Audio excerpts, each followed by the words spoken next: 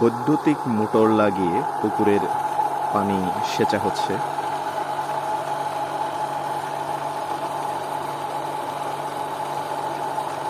One horse পাওয়ারের motor, অর্থাৎ 1 ঘোড়ার মোটর।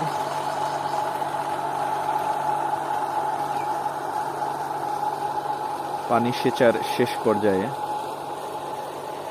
মাছ খাওয়ার জন্য বিভিন্ন পাখি, মাছরাঙা এবং কি একটি বকও চলে এসেছিল।